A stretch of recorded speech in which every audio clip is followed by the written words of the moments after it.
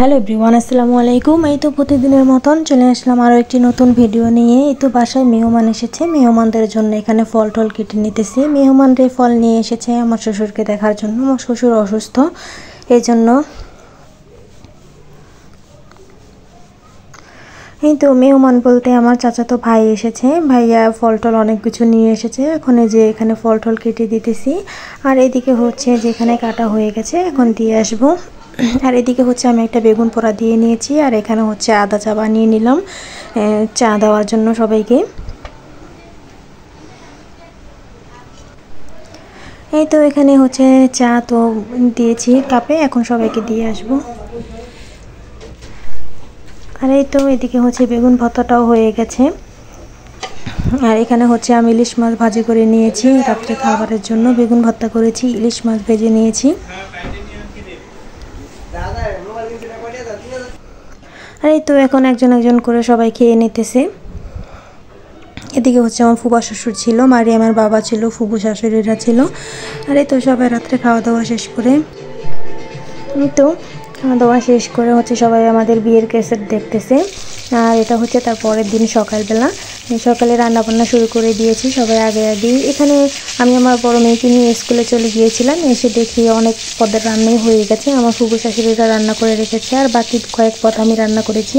এই তো এই যে এখানে গরুর মাংস রান্না করেছিল, গরুর মাংস রান্নাটা হয়ে গেছে। এখন আমি হচ্ছে রুই মাছ রান্না করে নিব।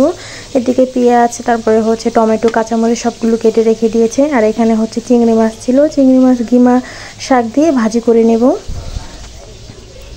এই তো এখানে গিমা শাক ধুয়ে রেখেছি, আর এখানে হচ্ছে আমি রুই মাছটা ভুনা করে নেব পেঁয়াজ দিয়ে, টমেটো দিয়ে। আজকে হচ্ছে আমার মা বাবা আসবে, আর সাথে আমার কাকিও আসবে, এই জন্য হচ্ছে রান্নাবান্না। এদিকে যে আমার রুই মাছ ভুনাটাও হয়ে গেছে।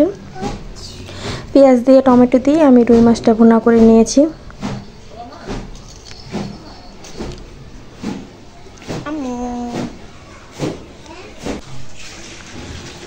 আর এদিকে হচ্ছে আমার শাশুড়ি কাপড় চোপড় ধুয়ে নিতেছে।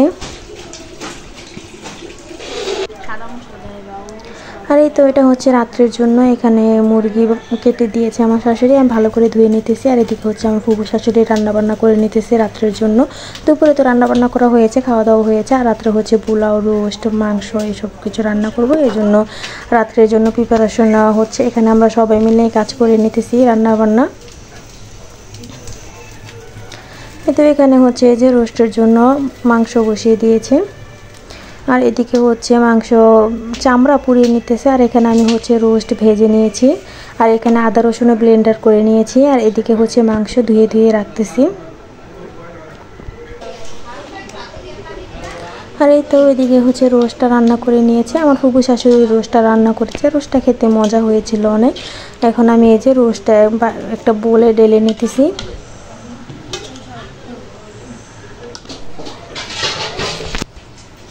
এই তো রোস্ট তো হয়ে গেছে। আর এদিকে হচ্ছে যে ডিম, আমার ফুফা শ্বশুর ডিম নিয়ে এসেছে আমার শ্বশুরের জন্য। আমি আবার ডিমগুলো একটা ঝুড়ির মধ্যে রেখে দিতেছি।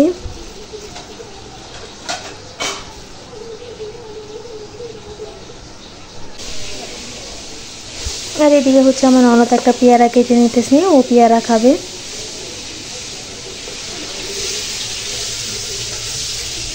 আর এই তো এখানে তো মুরগির মাংসগুলো ধোয়া হয়ে গেছে, আমি একটা একটা করে সুন্দর করে ধুয়ে নিয়েছি। আর এদিকে হচ্ছে আমার ফুফু শাশুড়ি রান্না করতেছে, এখানে ডিম ভাজা করে নিতেছে পোলাওর সাথে খাওয়ার জন্য। আর এই তো এদিকে হচ্ছে মাংসটাও বসিয়ে দিয়েছে। এখন মাংসটা ভালো করে কষিয়ে এরপর আলু দিয়ে দিয়েছে। এখন একটু ভালো করে কষিয়ে তারপর পরিমাণ মতন পানি দিয়ে দিবে।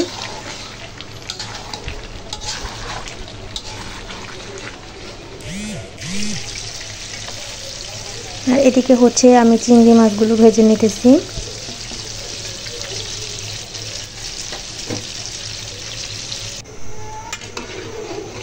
এই তো আর এখানে হচ্ছে এই যে পোলাওটাও রান্না করে নিতেছি।